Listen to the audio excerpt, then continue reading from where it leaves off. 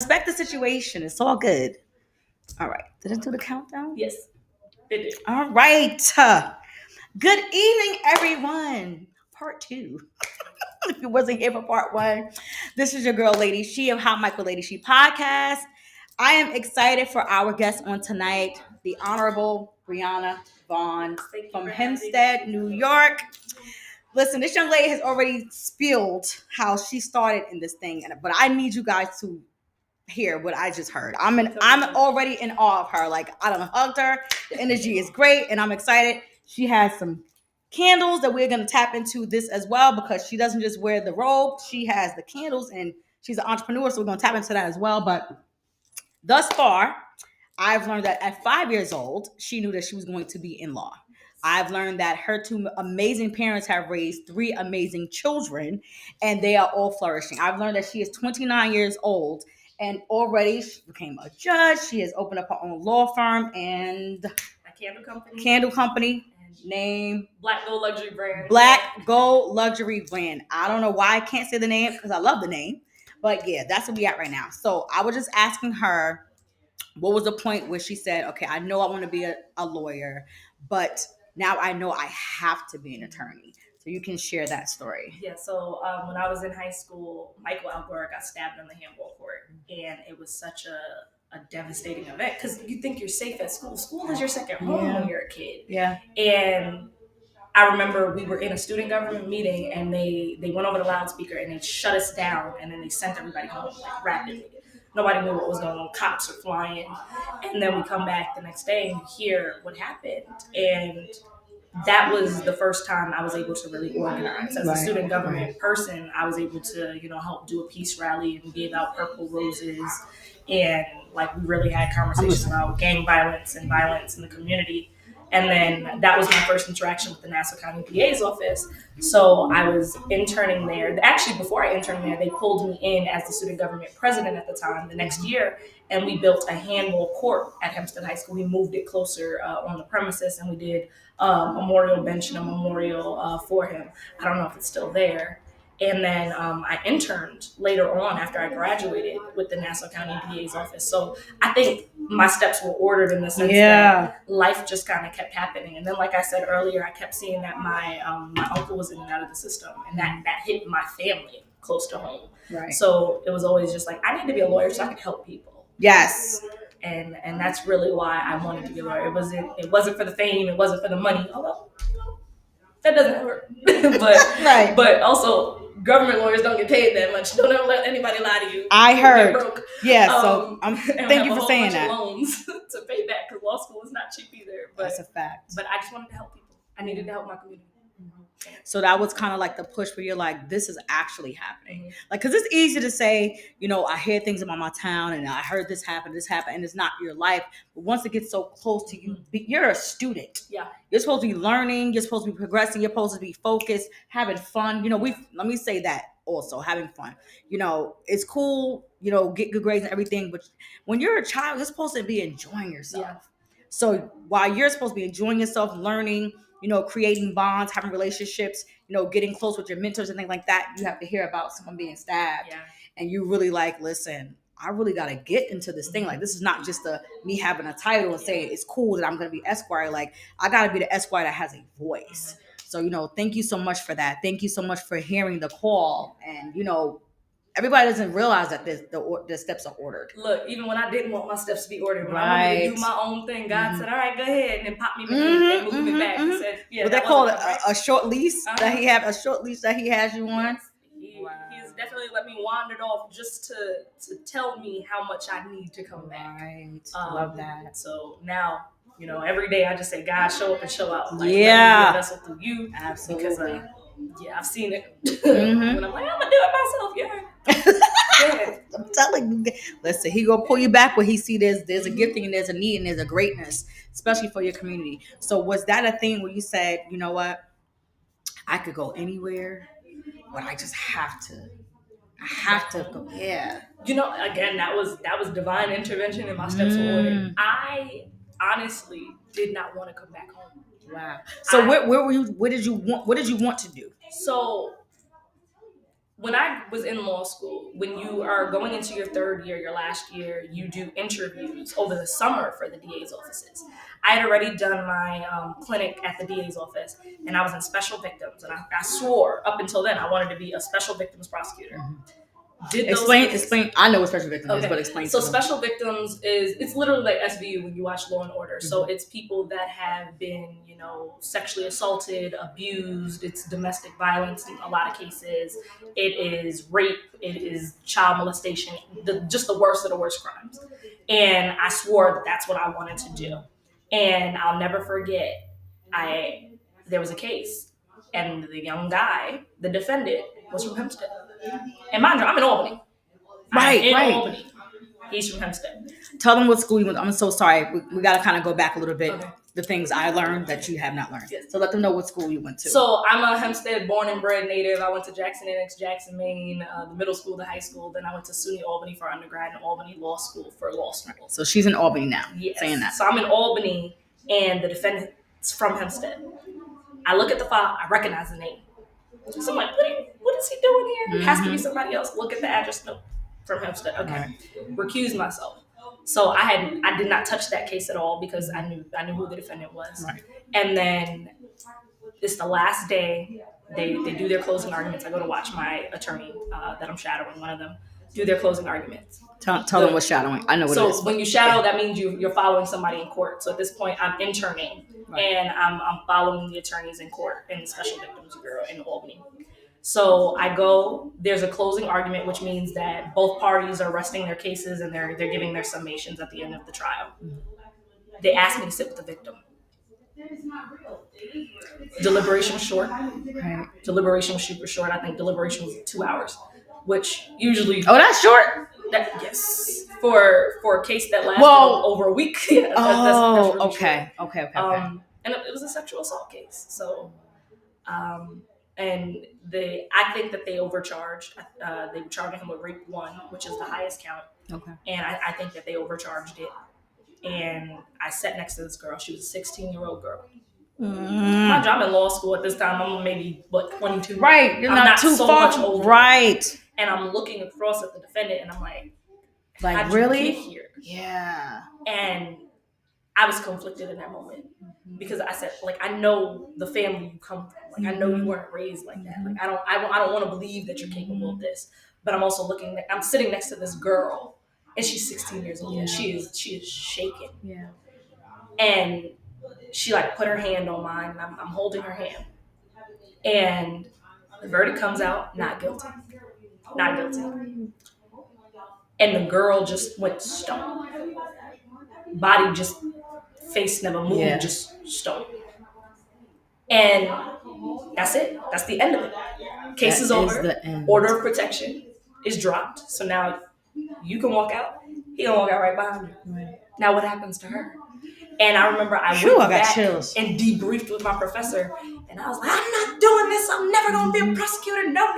And she's like, no, this is the best experience. I'm in the office going off, because me and my professor were really cool. She was one of my advisors, so we had very, very in-depth, detailed heart-to-hearts, and I was able to freely speak and going off. I'm not built for this. I'm not doing sex crime. No. I'm not going to be a prosecutor. I don't want to be in an office. No. I don't know how she talked me down, but she convinced me to apply for the interviews. And she said, even if you don't want to do it, just get the interview experience. Right. So I applied for Queens, Brooklyn, the Bronx, and Nassau County. Mm-hmm. And Nassau County was my last choice because I said, I know way too many people in Nassau County. If I go home, I know what that feels graduate, mm-hmm. I don't want to go home, go to work, see people I know, and then y'all know where I live because I've lived in the same place my entire life. Right. You all have probably been to my house once or twice for a barbecue. Right. My grandmama stayed, my auntie stayed. I don't want to. So Brooklyn was actually my first choice. Okay. The Brooklyn DA died. He passed away from cancer very suddenly, right before my third round interview. Wow. So I'm calling him and I'm like, I don't know what this is about to be. Because I know when he came in, he rescinded everybody's contracts and re-interviewed everybody. Oh, okay. So there was no job security there for me. They didn't make an offer, but there was no job security for me. Right. Queens, I was going into my third round offer, like my third round interview. Nassau County just bit the bullet first. I did my Nassau County interview third round because when you do the DA interviews, it's 3 rounds. So you do a solo round, a panel round, and then you meet with the district attorney themselves and then whoever else they have, an executive usually. Right. So Nassau County, they were expediting the process. So they were moving. I went to my third round interview. They called me back maybe 4 hours later, offered me the job. Wow. So now I'm calling all the other places. I'm saying, like, Nassau just offered the job. I still want to interview with you. Mm-hmm. Queens, I told them as soon as I said Nassau offered me the job, they said have fun in Nassau. And rescinded my third round interview. They canceled my third round interview. Literally told me, have fun in Nassau. But what was that about, though? Madeline Singus was the new district attorney at the time. Okay. She just really came into it. And she hails from Queens DA's office. So she was his, one of his prodigies. So he didn't want to poach me. Got you. Okay. So I understood it. Okay. Because I'm like, wait, they didn't want to poach me because, they had a very good relationship. So I understood it. Okay. And then the Bronx they just waited too long. Okay. And in Nassau, they said, they made the offer and they said, well, are you accepting today? I said, no, I need a little time. Mm-hmm. And they said, okay, well, can you tell us? I think my interview was a Wednesday. They asked me to answer by Friday. Mm-hmm. And I said, no, I need more time. And then so they called me back and they said, we want you to work here. We want you, but we want you to want us back. And they gave me about a week and a half and I called. And the funny thing was, and I said, you know what? I prayed on it. I asked my parents about it. Like I talked to my professors about it because I was so petrified of coming back home and working in my community. And I accepted Nassau at 11 o'clock. At 11:30, Brooklyn called and made the offer. Wow. So I said, you know what? Everything happens for a reason. Yeah. It was divine intervention because, law school sucked for me. Law school was not a great experience. What's that? I went to Albany Law School. It's a predominantly white institution. Right. There's some amazing professors there. My class was just nasty. We were probably one of the most competitive classes. I was about to say, yeah, we were just vicious. Wow. And then unfortunately, like law school, what they don't tell you is you have to relearn everything that you've ever learned. Common sense is not common sense when you go to law school because the law is. Give an example. The law is like black, white. It's so much gray. So where it's like, okay, the sky is blue. Well, actually, it's cerulean, and gotcha. It's a refracted light pigment. And you're like, shut up, it's blue. Right. But that's the argument in law school. Absolutely. Everything that common sense is just. No, that makes sense. What you said. Fact. Right. And like some of these laws are archaic, so to you they don't make sense, but that's what they are. So I used to, and that's what they are. And I think in law school you have to learn how to really put your opinions in order and then debate gracefully because nobody's really going to agree most of the time. Mm-hmm. And then they pit you against each other for the competitive nature, but to also like see how you're going to prove your arguments because that's part of being a lawyer. You make your argument, you stand on it. But I realized very quickly that culturally, a lot of people think differently. And a lot of people see things differently. I remember I was doing a family law class, and I think the topic of disciplining your child came up. Mm-hmm. And spanking, some of the people said, oh, well, this is abuse. And some of the people said, no, these kids need, to be popped. You're not hitting them with a brick. Like, you're not punching them, but like a couple of whacks with a belt. And like, that was a debate. A thing. Yeah, it is a thing. And then I was in law school in the Trump era. Like, Trump was running. Got you. And had just been elected. I remember I have some great stories from Albany Law School. I have some very questionable stories from Albany Law School. The alumni, we didn't have like such a strong alumni connection at that time. We were trying to rebuild it with the alumni of color. So, and there were only, I think, 6 Black students out of a class of 120. Oh, whoa. So what? We were very small. And so what was rebuilding looking like? So what I did, I actually joined BALSA, which is the Black Law Student Association. I was the vice president my 2L year, and then my 3L year, I was the president. And one thing we did was I went to the registrar and I asked for a list of all the emails of all of the alumni of color. And we actually did a black ball, basically. we did a big gala and we invited all like the alumni of color, and then we honored some alumni of color. Oh, I to love try that. to regain those connections, because That was smart. in this legal field, a lot of it is who you know, and Yeah. Black attorneys are only, I think, 4% of the attorneys in America. So it's such a small community. We all know each other. We all come across each other one way or another. Right. So we had to rebuild that, and I really, to be honest, I have not been back to Albany Law School since I graduated. So I can't tell you what's going has on happened. now. I know I've done some virtual things with them. I've gone to maybe one alumni fair, but I just, I might go back in my 10-year reunion, but I just haven't really been back. So I've been a little disconnected with the school. But yeah, my experience wasn't great. And then academically, I failed. That was the first time ever in my life that I failed academically. I'm used to being. But what's failed though? Oh no, I'm talking failed. Like I'm talking C's get degrees, failed. Whoa. And this was the first time I've ever seen a C. Right. So I remember I was like, this is not my grade. Like, this the wrong name, this the wrong social. No, and they were like, no, that's your grade. That's all you right there. That's you right there. You earned that. Ooh. You earned that. So then what did that do to your spirit where you were like, what happened? I called my mother. I was dropping out of law school every day. I called my mother talking about I'm dropping out. I was crying. Law school was so terrible for me, especially the first year, like just mentally and academically, because I'm used to being at the top of my game. I get to law school, I get pneumonia. Ooh. I had walking pneumonia the entire first semester of law school because I got it. I moved into like this slumlord apartment and there was mold in the basement. Oh, shoot. And I got pneumonia. It started off with a cough. I'm just thinking I have like a respiratory infection. It's getting worse. I come back home. I go to my doctor. They're like, oh, you have a really bad respiratory infection. They give me antibiotics. Which opens you. I have viral pneumonia. So these antibiotics are doing nothing but killing my white blood cells. Right. Which you and need. Making me weaker. So by the time they figured out that I had walking pneumonia, because I was going back to a pediatrician, because 26, I was 26 right. So I still go to my pediatrician.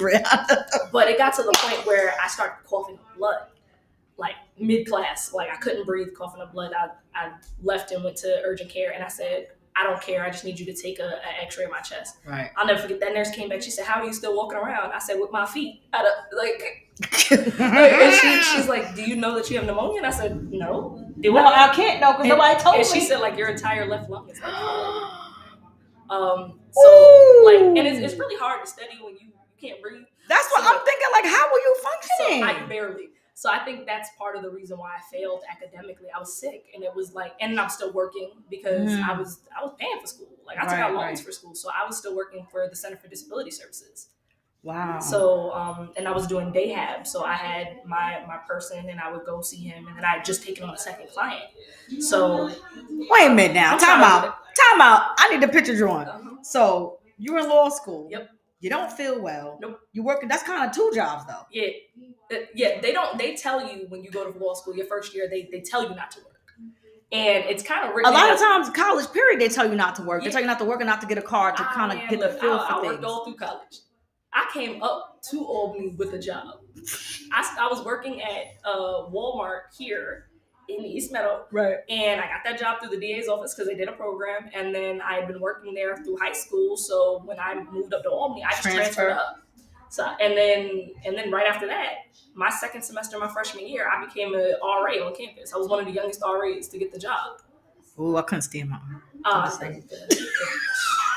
I could care less. And then what was that like? You was one of the cool RAs. That means she didn't bother nobody. I didn't bother. Like, so what I did, and my residents, they'll probably kill me now because some of them still follow me. So if you see me, love you guys. Hey guys. But what I would do for our first meeting, our first hall meeting, is I would call UPD and have them bring the dogs. Tell them what UPD is. So UPD is U-Albany Police Department. U-Albany has real police. Like our school security is real police. Right. So I used to call UPD and have them bring the dogs, like the drug sniffing dogs. To the meeting.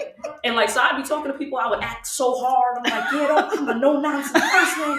I don't want to hear you drinking. This is a dry quad, no smoking, no drugs. And if I don't find it, they're gonna find it. Now you see like UPD, you see two officers, you see a German Shepherd walk in. These kids are shook. They do not want any smoke. I'm like, I'm calling your parents. We already have their numbers. So once I had them shook. Yep, she was already nobody like, no. So once I had them shook, then it was like, just don't get caught. Yeah. Doing stuff.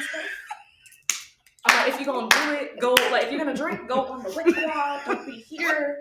Cause like I have to write you up if you're here. And they were just like, wait, she 2 different people? What just happened? Like, so, but like I was with the athletes. Right. So I was in Cooper, so Cooper just happened to be where most of the athletes were. Mm-hmm. And, you know, sometimes you got to stare at athletes. Right. But, like, I was friends with all of them, and we were all the same age. I was a freshman being an RA to a freshman. Like, I had to act hard at first and then just simmer down. Right. But we were competitive also because we were competitive with programming. So, I think 1 year I did 40 programs. What does that mean? What is that? RAs, if you ever go to college, like, your RA, part of being, like, an RA, because they pay you. It's a job. Right, it's a job. You have to do programs. So you have to do, like, I think I did a candy program where it was a social. I had everybody come, and I gave them 2 bags. 1 bag was full of candy, and 1 bag was empty. And I said, you know what? This is a friend making. Like, it's just a social event. Transfer candy. Like, have a conversation, give everybody candy. And then there were some condoms in there. And then once the social hour was over, I set everybody down and like we went over each individual piece of candy, and it was the prevalent STDs on college campuses. Yo, that sound fire though. One I did a social event. That sounded dope. I did like a social one, and I made everybody virgin pina coladas and strawberry daiquiris. And if you got a pina colada, your drink had been spiked. And then if you had a virgin daiquiri, like you were safe. But it was like to teach people about, you know, monitoring your drink and being safe when you go to parties and social drinking and things like that. So like we tried to make it real fun for the students. Sound cool. I think my residents like me. Like I had like my residents used to come to my room and have like social venting hours. We used to have heart to heart. And then I was the RA. Like one of my residents got pregnant my first year and she dropped out, and I was so heartbroken because she was such a sweet girl. And so then like we always had condoms in the quad office, so I got like this huge bowl, and I just like used to take the condoms and put them in my common room. So people used to just walk into my common room, grab a handful of condoms and leave. Like you ain't grab one, girl? What's wrong with you, all these daggone condoms? We work hard for these things. Wow. And then, like, my residents, like, we were cool, so they respected me. I respected them. I hated writing people up. I think one year I had the most write-ups on the quad. It just seemed like every time I was on duty, you have to do rounds. It's called being on duty. So you're on duty you're on duty overnight. And if it's a weekend, you're on duty the whole day until the next night. So you usually do rounds at 8 p.m., you do rounds at 12, and then you are on call. You get like the Nextel chirp phone. And you're on call with everything. Shout out to the chirps. And I swear, it just seemed like every time I was on duty, something happened. And I'm just like... What was one of the biggest things that happened? One of the biggest things that happened, I think, was the drug bust. There was like a drug bust. What? When I was on duty. And I felt so bad because... Like, the drug bust happened and the kid wasn't even in his room, so they called him back. And it happened because his roommate got him caught, so... Ooh, whoa. Yeah, it sucked to suck. But, oh, my God. No. So then he got kicked out of school? I don't know. I think... No, actually, my biggest write-up was my residents. They were actually my residents. And I yelled at everybody, because I said, y'all picked today to act up? Why? They got into a fist fight. Like, a full-on fist fight. And... Now I know upstate, they be about that life. I was in my room, and my common door, like I always told the freshmen, lock the door. For some reason, freshmen don't like locking their common room doors. If you are a freshman watching, just lock your common room door. That is the easiest way to get your stuff stolen.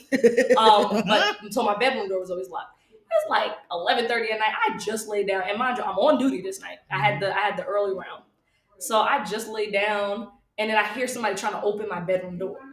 And I'm like, I know y'all done lost your mind. And then I just hear banging, breathe. So I jump up, I'm throwing on pants. I'm like, what's happening? Boy, bloody, just bloody. And I'm like, do you need an ambulance? What happened? And apparently the other student had accused him of stealing something from him. Had no proof that he stole it. No proof. He just felt that way. But his spirit said he stole it. He said he stole it. And he woke up and he set it up. He said, I need help with math. I need help with my math homework. Can you help me with math homework? So he's like, sure, because they're like roommates. So he's like, sure. So he closes the door, locks the door. He's like, you're being weird. And he's like, you have 30 seconds to give me back whatever he took. He chose violence for real. Or else I'm going to punch you in the face. And he's like, what are you talking about? He's like, tick, tick, tick, tick, tick. Boom. He's like, okay, you have another 30 seconds to give it back to me, or else I'm going to kill you. Oh, nah. And I guess he's still trying to figure out why. Throwing off like, you done knocked me out. What? Full on fight. So they were suite mates. And the doors were locked? The door is locked. So nobody can get in? Suite mates. And like, I guess somebody ran into the other room The and other side. grabbed the actual roommate, so they keyed in. And then they're like tussling, they're fighting. Like, so one person had like a broken hand, the other person had a concussion. Like that one was wild. I think I became a RA because, first off, my whole freshman experience was wild. Like I'm just read a book one day on my first semester freshman experience. I'm gonna help her with that. Y'all see that? Y'all see that? It was different. Like, I had a roommate that got arrested our first weekend of school. We hadn't even started classes yet. And that's when I realized, everybody's not your friend. That's a fact. And I was definitely mommy of the bunch. They all went out to a party. In college too. They all went out to a party, and two of them came back, and they left her downtown by herself. And next thing I know, I'm calling her. I finally go to bed. I get a call back from her phone. I'm like, where are you? And it's Albany PD saying, you need to come get her. She got drunk and beat up an unhoused person and assaulted an EMT. Oh, wait. She went ham. So I was 17, and I'm like, okay, I'm coming to get her. And I'll never forget, I called a taxi cab because Albany didn't have Uber back then. Right. So it's all of us getting into a big old minivan taxi in our pajamas, going downtown. I'm telling the taxi driver what happened. I'm like, please just stay. Like, I'll pay you to stay. Just, we gotta get her. Like, we all running there. PD's looking at us like, why? What y'all think y'all gonna do? Are y'all okay? And I'm like, well, officer such and such told me I could come get her. And they're like, are you 18? And I'm like, no, I'm 17. But he said, you gotta go home. Yeah, like you. Her parents need to get her. What they told you? Yeah, you're not an adult. Her parents need to get her. So I go home all defeated. I'm just like, I don't know what to do. The RD, the resident director, who is above all res life, was in our room multiple times a week. Just multiple times a week. My room stayed getting rid of. They had no common sense at all. She was like, they had no common sense I at said, all. do you have any other rooms? I don't really belong here. I broke up a knife fight my first. She's like, help me. No, I was like, Mayday. Wait, not a knife fight? Broke up a knife fight between. Now, how you do that? You ever do something and you look back at it like that wasn't that really smart. Dumb. That was just really dumb. That was. Wait a minute. I thought I was invincible. Because I remember I was like, I told the girl, I said, look, if you make a mistake and you stab me, I'm right. And she's like, get out the way. I don't want to stab you, Bree. I'm going to stab him. So. It was a girl and a guy. No, it wasn't. So apparently. What? I got to know. They lived under us. And. The girl and the guy lived together? No, under you? they lived in different rooms, but they weren't. Okay. But they were friends with one of my roommates, one of my suite mates. And I don't know what happened, but they got into an argument. They got into some kind of argument, and that argument transcended from downstairs, up the stairs, into the hallway, into my suite. I'm in my room studying, trying to mind my business, door locked. I don't feel like dealing with these people. Right. Then all I hear is, put the knife down, stop it, no. So I'm just like, I open my door, and I'm like, what is happening? And I just see her like wielding a knife. So like me just being reactive, I grabbed him and like tried to put him behind me in my room and close the door. So when I closed the door, this fool's still arguing, trying to come out the door like, do it. He was saying, do it. If you don't shut up. I said, y'all are different. Like, she's gonna cut you. You are unarmed. There's gonna be a full assault in my room. You are unarmed. And I'm snitching on everybody. Like, so I'm like in front of the door and she's trying to get behind me to like get into the door to do it. And then like, so he comes out and I'm like, you shut up and you calm down. And I'm like, give it to me. So now I'm in the middle of them two like this. I'm like this, hands up. I'm like, you better not stab me. And she's literally trying to reach around me to stab. And I was like, I'm gonna drop kick you. What did he do? I said, I'm gonna drop kick you. And I was able to talk her down and she gave me the knife and then I kicked everybody out the room. And I was just like, look. I called my parents. I said, y'all need to come get me. Yeah, I gotta go get me because these people I'm transferring 7:30. schools. I'm not safe here. Yo. And then it was so funny because my poor RA, my floor was always just written up. So I like she was just never on the quad. Like if she was not on duty, that girl was gone. Yo. And then they had a hiring. They did a hiring because one of our RAs got promoted and took a job on a different quad, so they had an opening. And my mom said, you're gonna apply. I'm like, how did you even get the notice that I was like that they were hiring? Like who are you talking to? So like my mom, Who do you know? I don't know who she knew, but she knew that they were hiring, so she made me apply. Right. I was like, they're not gonna hire me. I'm a freshman. I don't want to be in charge of it. I was like, look what she gotta go through. I don't want that. I'm already being an RA. And they hired me. Right. Like they hired me in the middle of winter break. So I came back early. I moved out of my suite, and then I was the RA, and I did that up until the end of my junior year. And it was really just my first year, right? My first craziness, semester, and that was crazy. Yeah. Everything else was cool. Like my residents were always nice. It was like we breaking her in. I didn't have the crazy. This is gonna let you know if you can take it or you can't. Wow. Yeah, I did that. I became senior RA my junior year, which is a little bit of a promotion. Mm-hmm. I still felt like I got gypped because I was supposed to get an apartment, and that year they changed the rules, so they hired 3 instead of 1. So instead of the apartment, I got a double room to myself. So I pushed both the beds together. It was a king bed. I had 2 closets. So I made it work. I made it work. And then my senior year, I said, I just want to live my life. And love it. Just left that. But college, I'm going to write a book about college one day. Listen, y'all hear this? That's God saying, start that publishing company and get these books. Amen. Get these books. Push these books out. I love it. I love it. I love it. I can tell these stories now. We're so far removed. I know that's right. That's right. She's like, it's safety right now.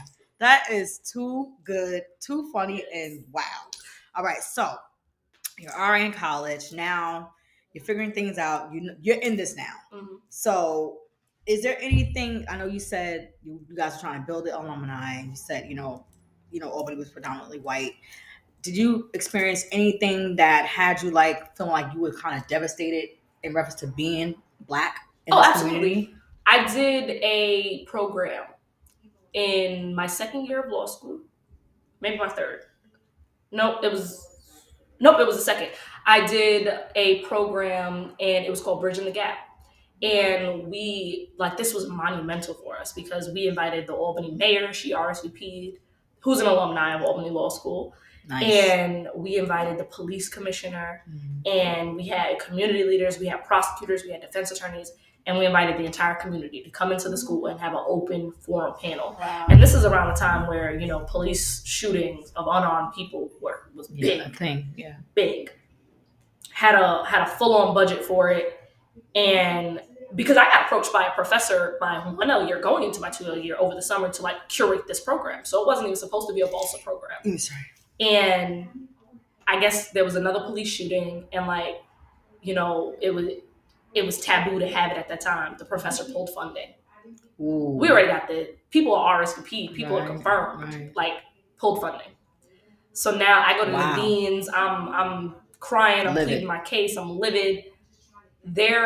They decide, okay, you could still have the program, but now it's going to come out of the BALSA budget. So now BALSA didn't get to have the programs that they wanted to do. So that caused a lot of grief within the BALSA e-board. And I was the vice president, but they felt like I kind of slighted them.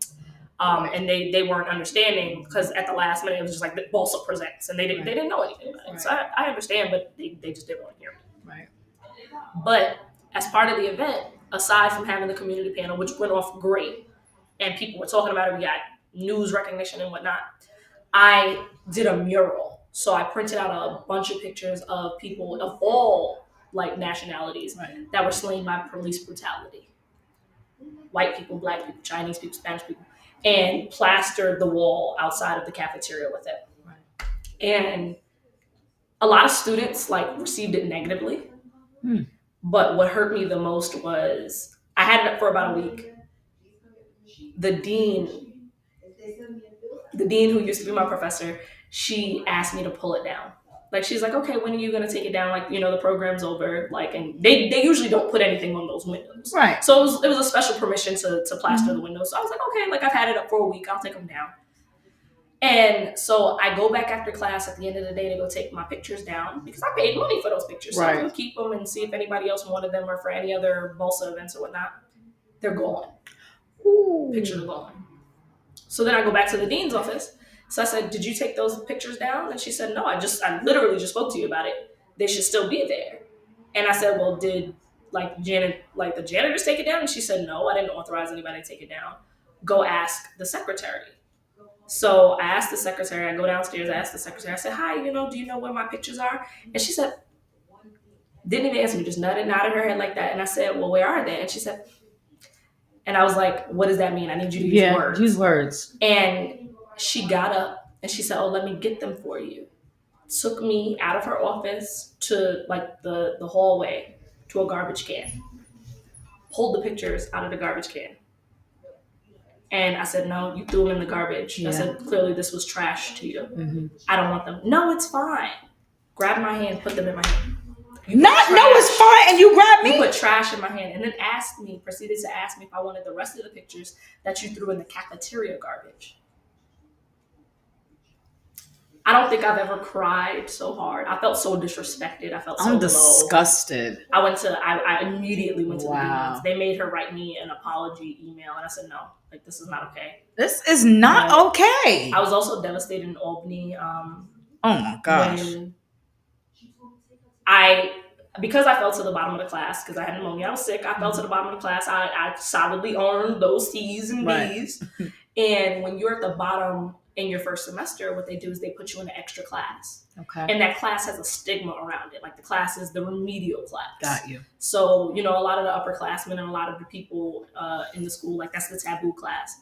Somebody in my year decided to find, like, when you go into an email, you can see all of the people that something was sent to. Tagged, yes. So what he did was he opened up the class roster, and this is a taboo class. It was very secret. They had the class during a period where there were no classes, right? But like, you really wouldn't be missed because that's usually everybody's lunch hour. Mm-hmm. So nobody's really thinking about where you are, and it wasn't every day. So he opened up that roster, he printed it out, and like took a screenshot and sent it out and called and said, here's the retarded class this year. Yo, what? And sent it out. And these people was different. Yeah, and sent it out and did not get suspended. I was about to ask. Did not get expelled. Was not made to come before the class and make a public apology. Was not even made to write us an apology letter. They would say, oh, well, he's been dealt with.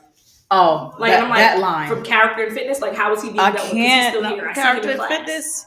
Oh. Like, so allegedly he was dealt with, but like it never seemed like he was dealt with to the students that happened to. And mind you, it wasn't just black kids that happened to. There were all of us. I'm sure.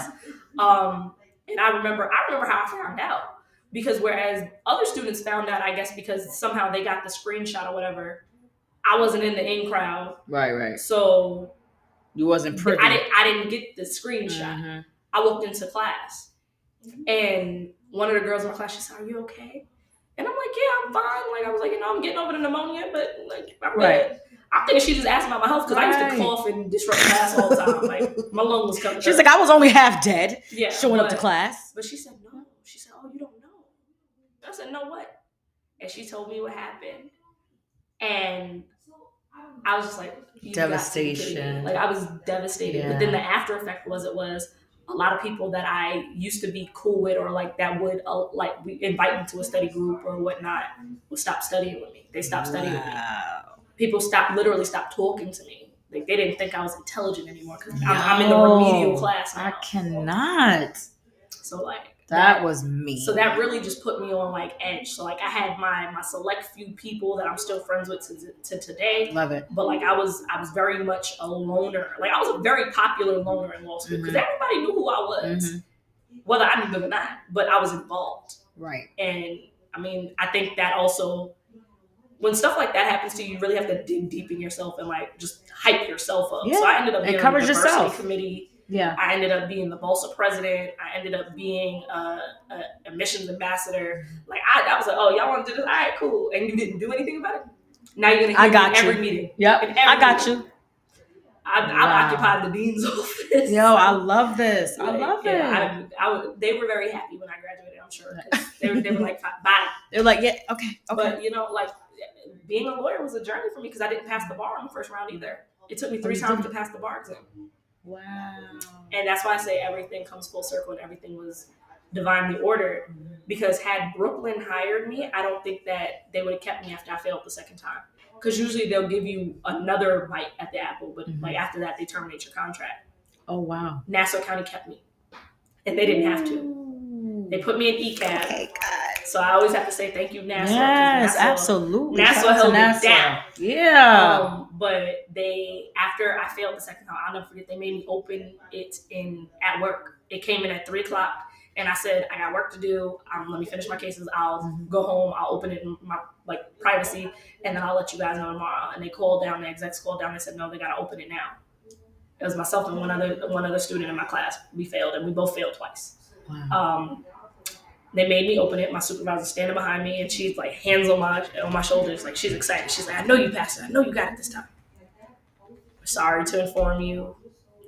And I just broke down. Yeah. And now I'm embarrassed because as soon as everybody figured out, like, they're making me open it, you know, like your friends, they're around. They're around. So I finished out the day, tried to keep my head up high, went home, and they said, like, you know, your practice order is revoked effective immediately. What a practice order is it is basically saying that you can practice as a lawyer under the supervision of a licensed attorney. Right. So most law students, that's what we get until we pass the bar. So they revoked that immediately. So now for like 2 months, I'm in limbo, and we had a lateral. So now I'm trying to have her shadow. Like, I'm really shadowing her, but teaching her what to do. Wow. Because she's new, but I can't go on the record. Right. I still have hundreds of cases assigned to me that I'm like writing detailed notes on what to put on the record because I can't go on the record. Wow. Like, so every time I have to come down on a case, I'm asking for a bench conference because I cannot speak on the record. So it's embarrassing. And then they put me in the Early Case Assessment Bureau, which is a 24-hour bureau that Nassau County has that does all the case intake, and put me on the night schedule. So I was working 6 p.m. to 6 a.m. and studying for the bar. It was hell. Yeah. It was hell. Wow. But I will always say Nassau County held it down. That's a fact. They blessed me. It was definitely a blessing. And then when I passed, they reinstated me, and when I got licensed, they put me back, and you know, I stayed there. I got my trial experience. I progressed, and then I got the opportunity to leave, and I left. Yeah. So yeah, life is definitely. It's always twists and turns. Yes, listen, absolutely. Like you said, it always comes around full circle. Wow, that is something. So now, woo, girl, I got chills behind that one. Now, what makes it so hard? The actual exam, because they don't tell you what you got wrong or anything, right? You don't get no details. So what they do is, like, on the essays, they'll give you your essays back, and they'll tell you how the essays were graded, and they'll give you feedback on your essays, and then they give you like a sample good answer. But they don't tell you with the multiple choices that you got wrong. They just tell you your percentages. I always passed on the writing. I always failed on the multiple choice. I think the first time I failed by 14 points. The second time I failed by 8 points. So I was so close. I know. That had to be so frustrating. Yeah, it was. And I've never been a good standardized test taker. Gotcha. So like multiple choice has always been difficult for me. That test, first of all, is brutal because it's 2 days. It's a 12-hour test. Bruh. Test. It is a 12-hour test. At the end of like a 8 to 10 week study period, you are drained. Like, we look like gargoyles and gremlins when we're studying for the bar. We are not nice. We are hungry. Right. We are depressed. It is literally hazing. Right. And then it's a test where all the answers are right. You got to pick the best right answer. Right. Best right answer. Right. And it's really a test about how good you can take a test. It has nothing to do with your actual capabilities of practice. Right. So it's just a hard test. It's mean. Hard. It's mean. It is mean. That's what I feel is mean. It's a mean test. Wow. It's like the last hurrah hazing before you can get inducted into the folds of being an Esquire. Yo, I can't. But yeah, wow, that test is different. They can't pay me to take another bar. I know, if you don't give me reciprocity, I'm not going. No. But I passed. I got a private tutor the last time. And I remember I walked out of that test, and I'm just like, I don't know if I passed this. Because I felt like I saw too many answers that were correct. But he had trained me to use my strengths because I always passed on my writing. So he said, that's the strength we're going to play to. Because if you super exceed on the writing, you could still falter on the multiple choice, and that's exactly what happened. Good advice, sir. Yeah, it's I think I got a 150 on That my was writing. for somebody. I got a 150 on my writing and a 125 on my multiple choice. So I still technically failed on the multiple choice. Right. In New York State, you need a 266 to pass, and I have 275. Woo! And it's 275 out of 400. Mm-hmm. The highest score you get is 400. Nobody gets a 400. Right. If you got 400, you cheated. I don't care. I said it. But yeah. So, and I remember I called someone. I got the test score, and it was so funny how I got the test scores because people let me know that the test results were out. I was sleeping. I was. She was like, I was exhausted from thinking about the test. Well, no, I was worked because right when you. So you've always worked. Yeah. All the way through. Uh-huh. I stopped working. Gangster. I stopped working my 2L year, and then I got like a work study job my 3L year. So I was still working, but my 2L year, because my parents said like focus on your grades and focus on your health, because I'm still coming back down here and going to different doctors because they said like the scarring had caused like early asthma, like adult asthma. So I had an inhaler for a while. From having a pneumonia so long. Mm-hmm. And then anxiety. Girl, God was covering you, girl. I like definitely manifested anxiety, so I would have anxiety attacks. Like it was bad. So my second year, my parents just said, focus on your health, focus on school, get your grades up, and so they covered my rent. Mm-hmm. But then like me being me, I was just like, you know, you got the other two at home that are still in high school. I can't have you covering me. So I'm gonna work as much as I can, and then whatever you could give me, I appreciate. So a good daughter. But yeah, no. Those are some years. Yeah, you gotta write a book. You have to write a book. So it was funny because I was working 6 p.m. to 6 a.m. The results, I swore the results were gonna come out that Monday night because usually they come out like during the day or in the night. So I swore it was gonna come out Monday night. I'm checking every hour. I'm checking. Didn't come out. So I'm like, all right. The cases, and when you're doing early case assessment, like these cases are going to arraignment. These are important. That's like one of a very important bureau. You mess that paperwork up, somebody might get let go. Right. So you don't want that. I stayed late to finish a case, so I didn't leave till about 7 a.m. So I'm working 6 to 7. Mm-hmm. I go home, take a shower, I'm asleep. I am knocked out. These scores came out at like 8:40 in the morning. Of course they did. So people see that the results are out. And then by 11, I guess people just got tired of waiting for me to wake up and figure it out. So all I hear is zzz, zzz, zzz, zzz, zzz. So I'm thinking like, okay, who's calling me? Like, why does my phone keep going off? So I'm just like, I was like, oh God, I messed up the case. I'm looking and I just see a million text messages I love it. Scores are out. Did you pass? Eyes. Like everybody's just like, did you pass? So I'm like, oh, well, scores are out. Go check. Mm-hmm. So like I wipe the crust out my eyes. I sit up in the bed. I still have the cover on me. I get to the email, I say a prayer, I open it, and at this point I'm expecting the same thing, like, you know, unfortunately we regret to inform you. And this one didn't read that way. Ooh, what did it say? Congratulations. Yeah. We're like that first word. And I was just like, she's like, let me wipe the crust again. I fell out the bed. Like I was so happy that I went to go jump out of the bed. I started screaming. I like my leg gets caught in the covers. I flip. I'm falling. Like I start crying. I call my tutor, and I'm just like, he's like, it's okay. We'll take it again. Oh, because he thought I failed. Because I'm hysterical. Right. I'm hysterical. And he's like, it's okay. We'll take it again. I'm like, no, I passed. Oh, I called my mom while she was at work. She started crying. She told the whole staff they're clapping because they were rooting for me. Absolutely. I called my dad. Like it was I love that. Like, yes, Brianna. And then I was counting down the days. I already had the paperwork done. I already had that because I was like, you know what? If I pass this, here. Thank you. As soon as they say you pass, I say, like, thank you for your services. Here. I'm out. Wow. January 9th, I got sworn in. I got the results in October and got sworn in January 9th. I was like, nope, here. Wow. Here. Oh my gosh. So it's like, what was that like? You like, okay, I done went through HE hockey sticks in this law school. I done got pneumonia. My body not even the same behind some of the stuff I done went through. The RA, I done flailing knives and people got busted faces, all kind of stuff. And now I'm getting sworn in. Like, what was that like? It was emotional. I'm bougie. I'm a little extra, so I wore an all white Calvin Klein suit and I wore a purple shirt, like a royal purple shirt, because you know purple is royalty. Yes. And Louboutins. I don't know who told me. You ain't know they hurt? Because I had just bought them. Like, that was my present to myself.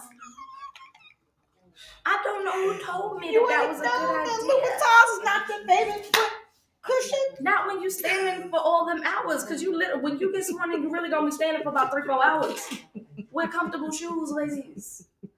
Because I remember the judge said, bend your knees. Like, we're all standing there. He's just like, everybody, bend your knees. So we're all doing it. And he's like, all right, just so nobody passes out. Like, because you're literally just standing in a room with like 100-something people. Now it's all virtual because of COVID. But, so of course my parents can see me because I'm the only person in there with a white suit. Because, in the legal field, everybody, blue, black, gray. Yep. He's a big white guy. Everything. I passed. I'm here. Hello. Ponytail down to my butt. Just, we here. For culture. She was like, I'm gonna make sure they remember me. Yes, but, I love it. I signed the book, and I was just like, this is real. It's finally this is happening. It was a moment that I fought so hard for because I felt like at every turn, my whole life I said I want to be a lawyer. This is what I'm gonna do. I'm gonna be a lawyer. Right. I'm gonna be a lawyer. And then when I finally got to the place, it was hard. Yeah. And it hurt, and I had to fight for it. Like I literally had to earn. Yeah. My Esquire. Right. Like I had to earn that. Yes. So it was very cathartic at that point. Like it was just, I loved it. Yeah. I love it. All right. So now, at what stage did you say, okay, I want to be a judge? I didn't. Oh. I didn't. That was always like my retirement plan. I said, that's for older people. You very rarely do you see young judges in their 20s at that. Like very rarely do you see a young judge. Like the youngest judge you might see is in their 40s or 50s. Mm-hmm. So I always thought I was just my trajectory was always going to be, all right, well, since I'm starting at the DA's office, maybe I'll be a lifer here. Right. I said, eventually, probably I'll start my own law firm when I get tired of not making any money. Right. And then I'll run for, I thought maybe I'll retire because I'll be appointed to the Supreme Court still, All right, come on. Speaking into existence. But I always had political aspirations, so I thought I was going to run for like assembly or senate or governor or something along the lines. And I got approached and was asked to run for village justice. Wow. And I molded over. Wow. I almost didn't run. Fun fact, a lot of people don't know this. I almost didn't run. My boyfriend was really the one like, no, you're running. You're doing it. You're running. Yeah. Like, I don't understand why you like who gets this opportunity. Yeah, and doesn't do it. And I prayed on it. I remember when I was running, I used to call like 100 people a day at least and just introduce myself to voters and just like, hi, I'm from the community. This is who I am. This is what I would like to do if I'm elected. What do you want to see from somebody who is elected? Because I understand like, we represent you. Yes. Because at any point in time, you don't like me, you don't vote for me. You don't vote. Mm-hmm. I'm out of a job. Say that. Say that. And it just helped that I was homegrown. It helped that I was 28. I was the youngest candidate running. Yeah. And they definitely attacked me on that. I bet. I was the youngest candidate running, but a lot of people knew me. And I'm in the age group now where my generation is having kids. Right. So they have kids in the school district. Mm-hmm. They're still there. They're like, yo, I grew up with her. Yeah. She always said that this is what she was going to do. This. I converted voters. Right. I converted voters because I had the most votes out of every candidate. This was the first time a judicial candidate has ever gotten more votes than the mayoral candidates.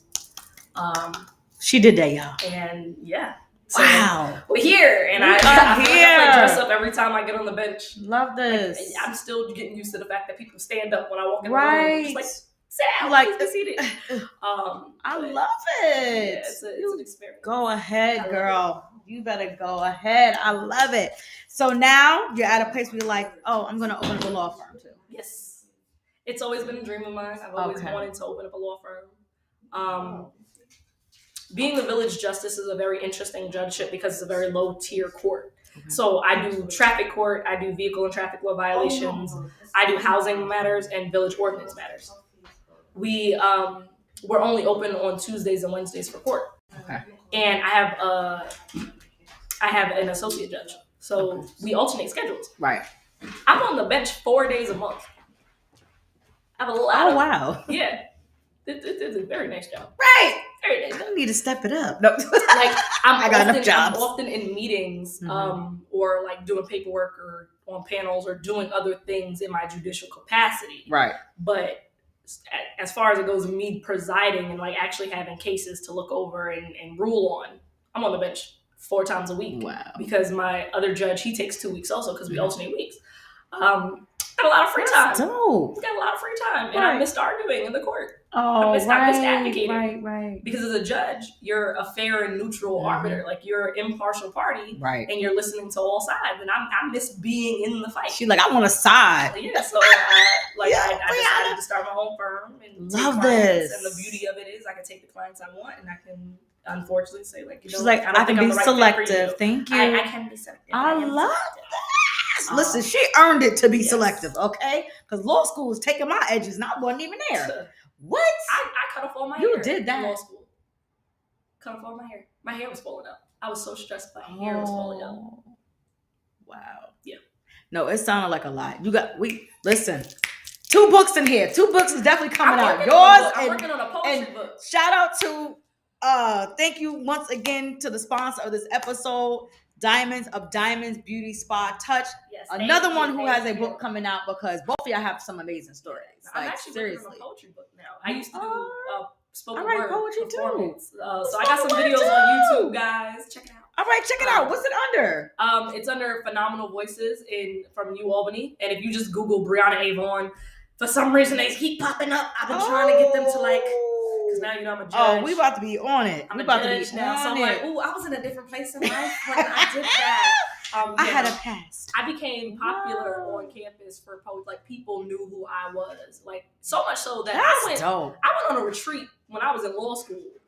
And I went to the Cova retreat, met actually one of my best friends. She gave me 3 beautiful godchildren. Met her there. I was in the bathroom washing up some girl from a whole different school. Mind you, I'm in law school. I did this when I was in college. Mm-hmm. She's staring at me in the bathroom. And I'm like, I know you. I'm like, you want to fight? I'm like, what's up? Like you're staring a little too hard. So I'm like, are you okay? Mm-hmm. And she's like, rocket ships. And I said, oh. Uh-oh. She said, is that you? And I said, yes. Explain. What's rocket ships? Rocket ships is the poem that I was most known for on my college campus. You gonna spit a little? No. Because I'm retired until I write this book. Well, what was it about? But I had a boyfriend at the time, and his nickname was Rocket, and he was a football player. And I mean, he got me in a whole lot of mess. But he broke up with me very abruptly. Mm-hmm. And when he broke up with me, I was hurt about it.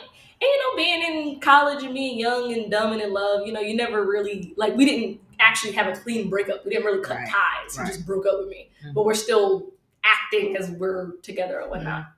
So I wrote the poem, and I wasn't going to perform, and I actually did it as a freestyle. Ooh, and all in your feelings. I was just in my emotion. I was in my bag. Like, if the bag had a bag, I was in the extra bag. And I remember I did it in rehearsal, and I just started crying. They were like, you have to perform it. You have to perform it. So even the day up to it, I'm like, I don't know. So I'm getting ready. I'm performing. And he was in my room right before the show. And it was my birthday weekend. It was my 21st birthday weekend. So my parents came up for the show, and my godmother came up for the show. And I was like, ooh, I probably shouldn't have performed that in front of my parents, my mama and daddy. Another moment where you were like, that was really dumb. You probably should have ended that.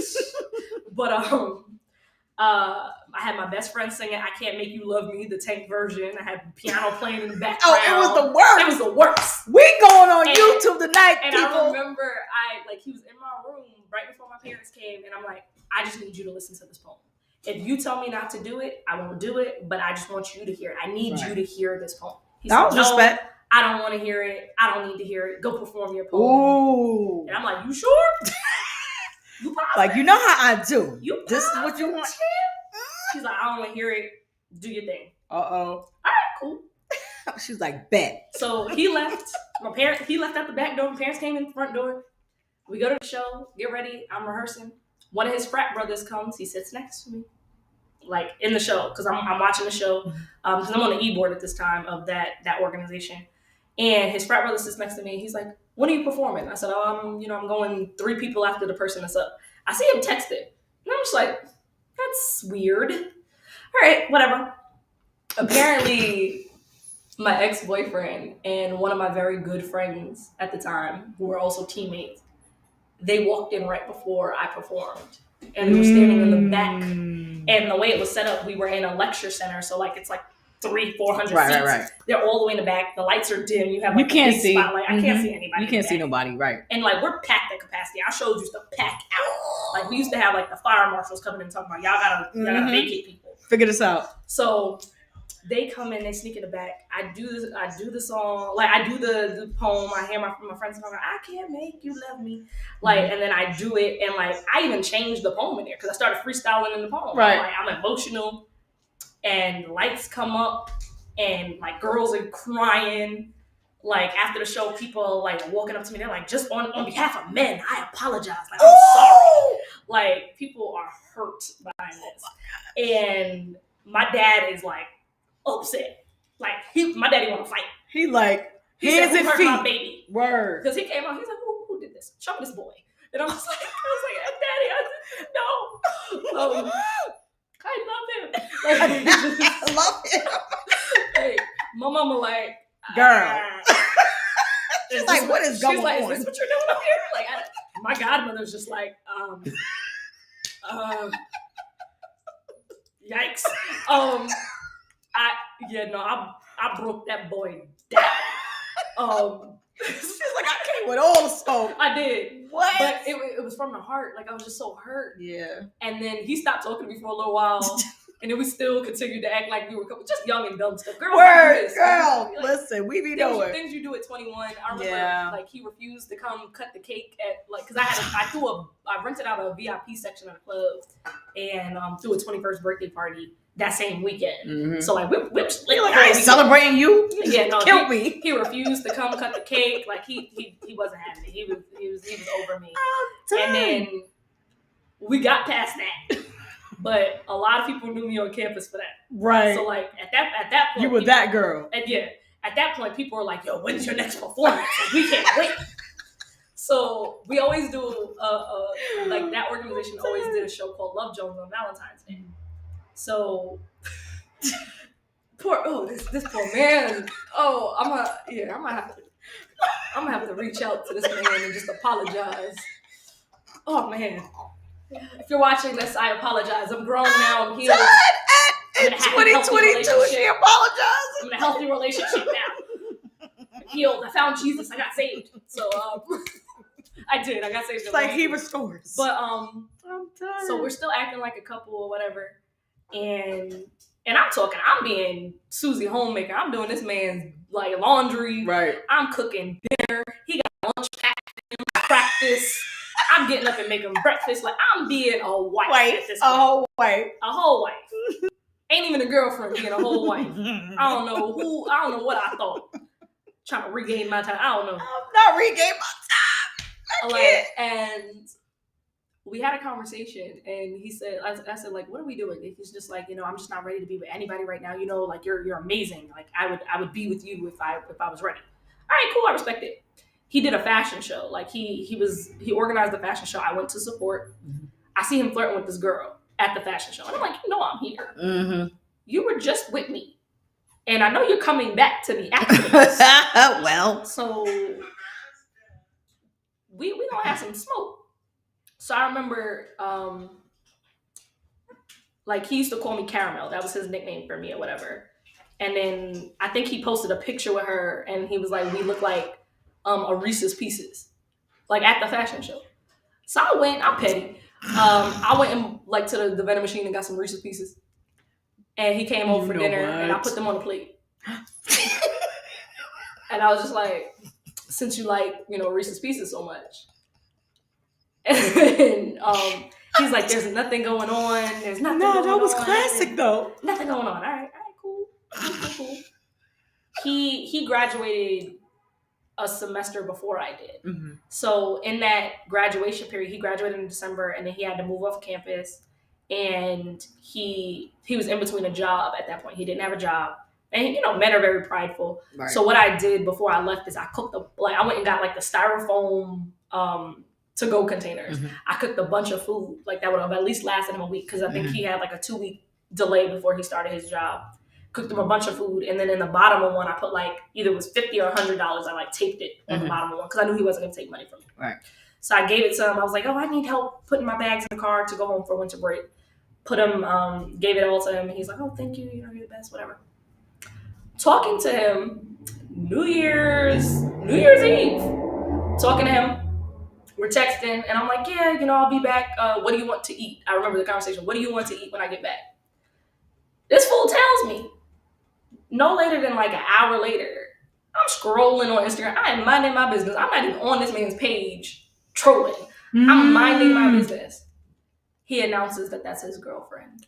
Oh, he was different. So I screenshot it and I sent She taking back that apology, yo. Yeah. No, I'm just kidding. Yeah. No, I'm healed now. I'm healed. But I'm not healed. No. A lot of people weren't. A lot of people weren't. I was cool with you 2 seconds ago. It's a wrap. I'm a very genuine person. Right. My heart is always on my sleeve, and it's probably one of my biggest faults that like my heart rules a lot of what I do. So it leaves room for error. It leaves room to be disappointed and hurt by people. Which means you're human. Yeah. So I sent him I said, congratulations, ? He's like, don't be rude. Don't ever disrespect her. Who are you talking to? Did he say don't ever disrespect her? Oh yeah, we might have to fight when I see you. You want Visine in your food. Don't do that. That's illegal. No, that's don't poisoning people. That is illegal. Don't do that. You will be prosecuted. It's only jokes. It was a joke. Just kidding. I did not put Visine in his food. So I went back, and now it's January, and we do Love Jones in February. Right. I'm like, I'm not doing the show. I'm not doing the show. So I started doing workshops with the new poets and singers to like help them get ready for the show. And we did one of the workshops, we just did a freestyle. And I was known for freestyling my poems. They were like, oh, we don't understand how you put 8-minute poems together, just freestyling. And I'm like, oh, I just be talking, I just be chatting. And it sounds good if you inflate your voice. Like, that's it. Voice. So I did it in a freestyle, and one of his frat brothers was in the organization, and I see him texting as soon as I start freestyling. I'm talking about this. He like, here she go. And so he calls me. Like, mind you, I'm not doing the show. I had made up my mind I'm not doing the show. This man calls me and curses me out, and he's like, you better not talk about me in another poem. You better not. Who are you talking to? I better not. Calling me all types of everything. I'm like, all right, cool. Oh, yeah, no. So now I go to rehearsal the next day. We doing this. We on. I go and this one's in a theater. So I go, I put on like this green mini dress and my high heels. I got like a bob. I got a weave done, like did my makeup. I'm snatched. And at this point, I'm working out every day because yes, like get the body right. When you break up, yeah, see what you missing. See what he missed. And plus, his girlfriend at the time lived like 2 buildings away, so she wanted all the smoke, and I was ready to give it to her. Right. I did a poem. I did part 2, Valentine's Day, and I called it Radio. And people used to quote that poem, and it was. We're gonna be on YouTube tonight, people. I know something in that poem said, I had 2 singers on the side, like off the stage, and it was like a radio, so I would like signal them to change the dial of the radio. Oh, that's dope. I gotta see this one. My friend Cam, he goes, girl, I fumbled your heart. Should I let go of my bad for you? All that. And then I was like, I find it ironic that you fumbled my heart because I thought wide receivers could catch, but then that would explain why you never got that much playing time anyway. You can't catch and I'm a catch, and you dropped me. And then I said, and for your girl, in my opinion, if you knew better, you could do better, but I'll let you figure that out for yourself. But if you ever fix your face up to say something nitty gritty to me again, I will tell you how despite the fact that he is with you, he's still on my pillowcase crying at night. Ooh. And despite the fact that he is with you, like something to the effect of like he still rolls over, eats me, and then goes home and proceeds to kiss you. How do I taste? I bet you caramel never tasted so sweet. Like, and yeah, the crowd. They were like, oh! The crowd lost it. And again, his frat brothers are in the crowd texting. I see phones just lighting up. Like, so I see phones like this, and I just see phones like this man left his girlfriend on Valentine's Day and came to the theater talking about, bring her out here, tell her to come out. I'm like, security? I had to have Like, who's her? I had to have one of my friends. Literally, I had one of my friends like come home with me, Escort me home. Mind you, I was in my car, but I was like, he's gonna be waiting for me outside. Mhm. So I had like a couple of my guy friends like walk me to my car and then drive with me to my apartment, and then he walked back. Wow. Shout out to Brian for that. But yeah, I want to see that one. yeah, He kind of deserves. He deserves it. I'm sorry. Have to watch radio. Like you have to watch Rocket Ships to understand radio. It's Okay. literally part 1 and 2. 1 and 2. And then after that, like I really like I retired for a while, and then I had another boyfriend that I like completely tore down in a whole different poem.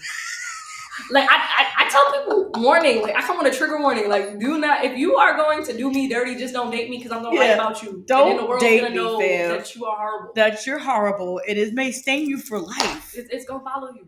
Oh, I can't. Y'all, we gonna be on YouTube tonight, y'all. Yeah, I hope these men have healed, and the poems is still not. One of them is watching, like she's got the nerve to bring it up. Well, one of them is married now. Like he's that don't mean nothing. Child, a lot of people be married and still broken. Hello. Well, shout out to God for restoration and for healing. Amen.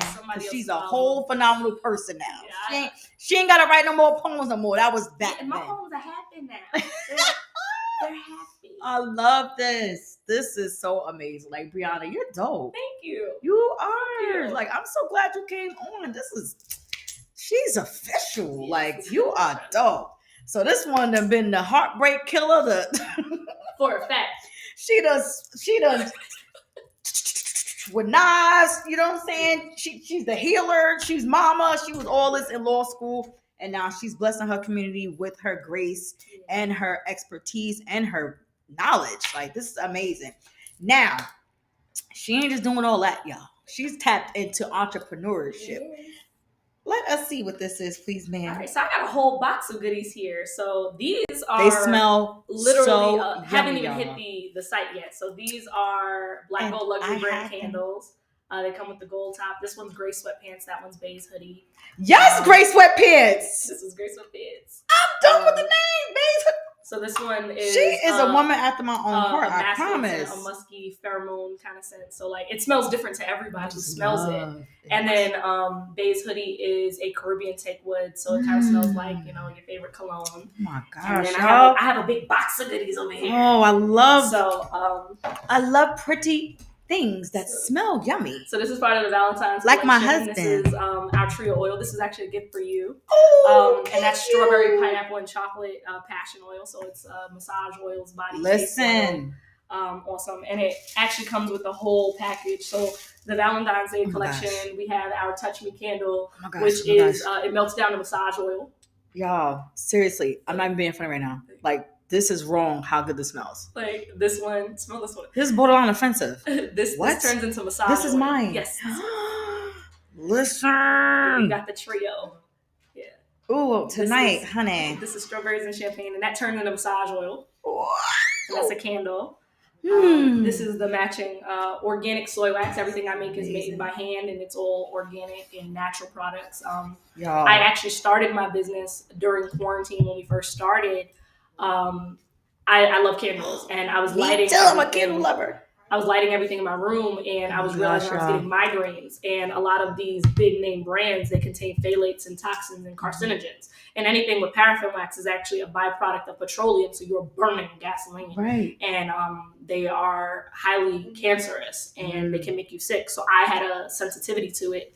So I said, what can I do to still enjoy, you know, luxury candles and not be sick? Because migraines are no fun. I also make body butters and you know, feel free to grab whatever you want out of the box. Oh my gosh. And this is the whipped sugar scrub that you can open it. You can open that one. You keep that one. This is a whipped sugar scrub that's strawberry scented. This is strawberry scented. The Valentine's Day collection is strawberry and champagne. This is insane. This is the whipped sugar scrub. Oh my gosh. I also have a coffee face scrub and a green tea sugar scrub. Y'all, which are cool. Seriously. And then I bought some of my top selling candles. I have Calm, which is, I think that's a vibe. It's a lavender vanilla. It's very relaxing, cathartic. I have Invigorate, which is a lemon verbena. And this one has been picked up by BuzzFeed. It's a lemon what? Lemon verbena. What's verbena? So it's a plant. It's actually a medicinal plant. It's therapeutic, and okay, so this smells like I could eat it. Yeah, so don't eat the candles. Do not eat the candles. Oh Somebody has asked me that gosh. before.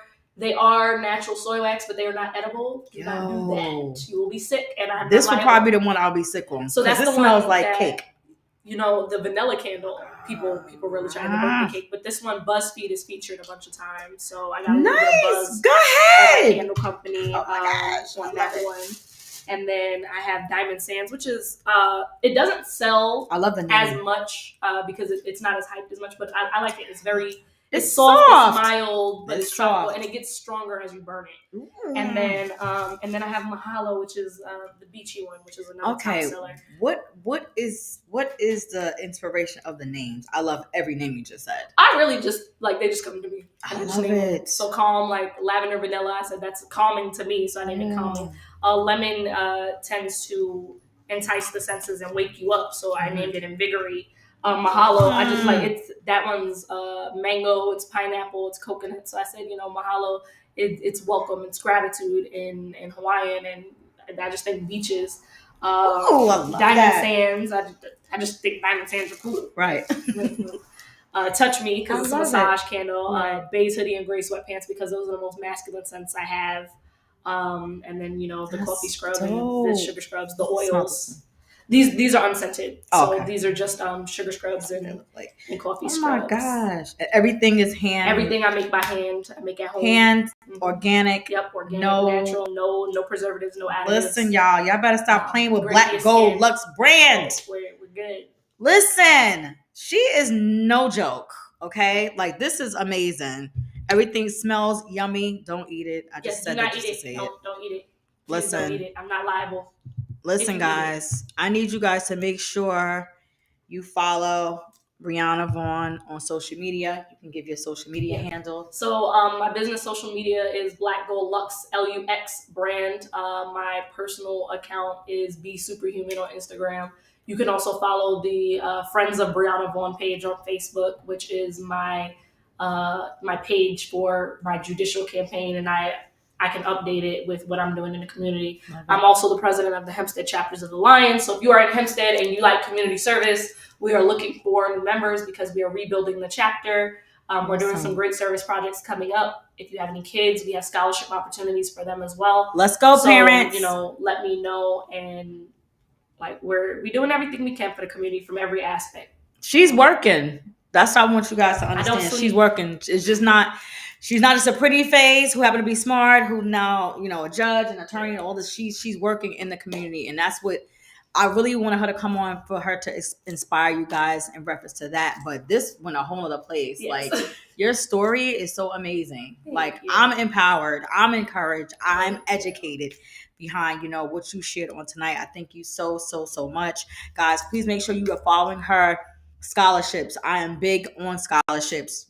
This is definitely God confirming some things in reference to a conversation I had before I got here connected to scholarships. So please be in tune with everything that she is doing. My last question to you is, what else can we expect from Mr. Brianna Vaughan? Whether it's just, a personal thing you want to do, if it's something in the community, whatever comes to mind, go. I may have other political aspirations in the future. I'm hoping to be a married woman soon. Fred, if you're watching this. All right. Well, I love my boyfriend. Speak it, make it plain. We've been together going on 3 years. He's amazing. He's listen, your future wife is dope. Listen. You better put a ring on it. He's really a driving force in my life. He backs me in everything. He supports me in everything. He's usually the person stop playing. You're gonna do this. And, love him. Not like that. I'm married. He's amazing. I might be a homeowner soon. Hopefully, I'm speaking. Go ahead, God. We're looking. Yes. I don't know. I'm pretty sure more businesses will come. Real estate investments. That's the one. My life's goal is to put a community center in Hempstead. That is my life's goal. I'm not going to say the person's name, but I hope you're actually on this live, because when I tell you, she was not in that room on this conversation. No, I guess there was a conversation that happened before. Listen, but go ahead, my Brianna. life's I know goal it's is to put a God. community center in Hempstead, one where It's people gonna happen. can have a community garden where it can be a co-op space, so nobody wants to ruin it because we Right. all own it and have some stake in it. And I want to teach people of all nationalities and creeds. Like, I want to have an adult learning center in an area where kids could be watched and stay out of trouble when their parents are at work before, like in those after school hours. I wanted to teach kids trades, just so much that the community could do to come together and be amazing. I didn't have it as a kid, and I've seen other communities that do have it, and sometimes it feels like they have a leg up. Yeah. So that is my life's goal. Before I leave this planet, Yeah. Hempstead will have a community center. It's going to happen because too many amazing people are saying these words. I know it's going to happen. I know it's going to happen. And I think, what I love about God is He does things suddenly. Mm-hmm. Like, you'll be thinking, like, I got to do this, I got to do that. And then suddenly the right person will hear you or see you and swoop right in and say, oh, I'm a millionaire, so what y'all need? My whole life. Oh, okay. Yeah, we got you. My whole life, I feel Come on, God. has been drive and motivation, but also guidance. Yeah. I'll never say I did it by myself. I'll never be like, oh, I'm self-made, because there were too many people who supported me and believed in me and pushed me and spoke life into me and, helped me along the way. So it is my opportunity and it is my obligation to give back. I love it. I love it. Guys, I'm not crazy. I don't write about people anymore. I'm happy. I'm healthy. She's using her superpowers for the good. Yes. I'm a very nice judge. My court goes very quickly. Pen game is for the good, y'all. I love this. When this book comes out, Yeah, listen.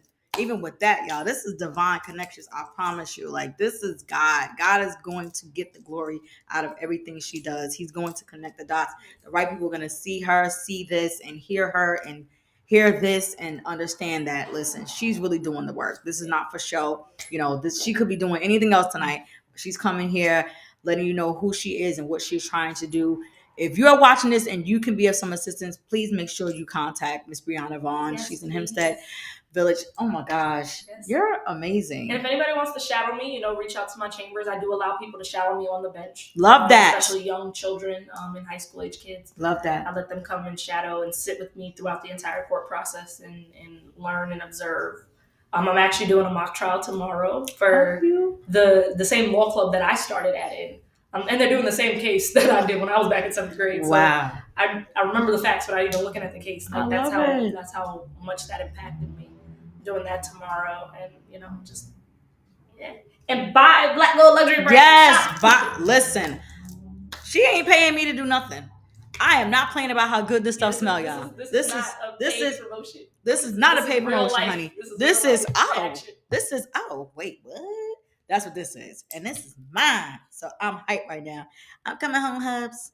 We got some fun to have tonight. Listen. Thank you.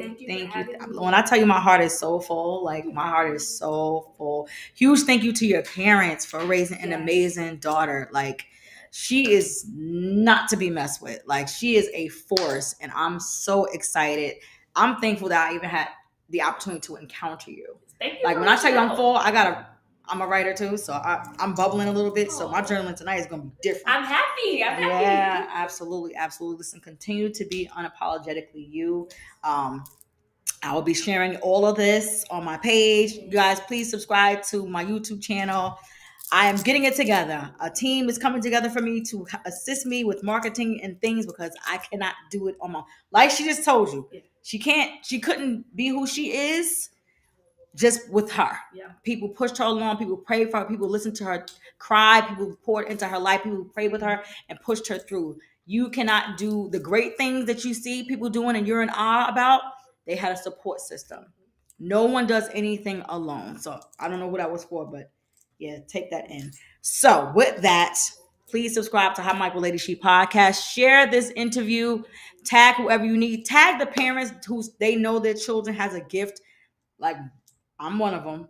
Yeah. My son left. He was here, my 8-year-old from 3 years old. We're he's going to be an attorney. Because this kid, since he could talk, is a negotiator. Well, tell him to come shadow me. Yeah. I would love to do that. Yeah, I would absolutely love to do that. He would be like, whoa. Like the intellect, sharpness, like he's one of those kids. You tell him one thing, he wants to know why you were saying that and understand what's behind it. Like he's that kid. So I'm bubbling over y'all. I don't want to keep holding you, but listen, Miss Brianna Vaughan, thank you so much for coming on tonight. Please follow her. What's her name? Black Gold Lux brand. I'm gonna have to go home and write that 100 times. Because I don't know why I keep forgetting that I'm in love with this stuff. And the Black color, oh my gosh, I love Black it. The labels, everything, it's elegant. It is. And in the next couple months, we're actually gonna go through a rebrand. Oh wow. Just because I want to elevate the vessels a little more. Mm-hmm. So it's gonna be super, super duper luxurious. Yes. I want it to be an experience from the moment you open the box love it. When you're burning it, everything is natural and it's just a vibe. It's just a vibe. Absolutely. I'm very big on mental health and wellness. Take care of yourself. Check in with yourself. Meditate. Yes. If you're sad, feel free. Like it's okay to say you're sad. Absolutely. It's okay to say you're hurt.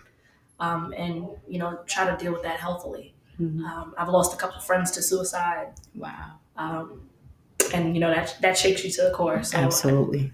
Anything, nothing else. Take care of yourself. Yes, take care of yourself. You are the only person who can live your life. Right. Absolutely. Thank you for saying that. Thank you for saying that.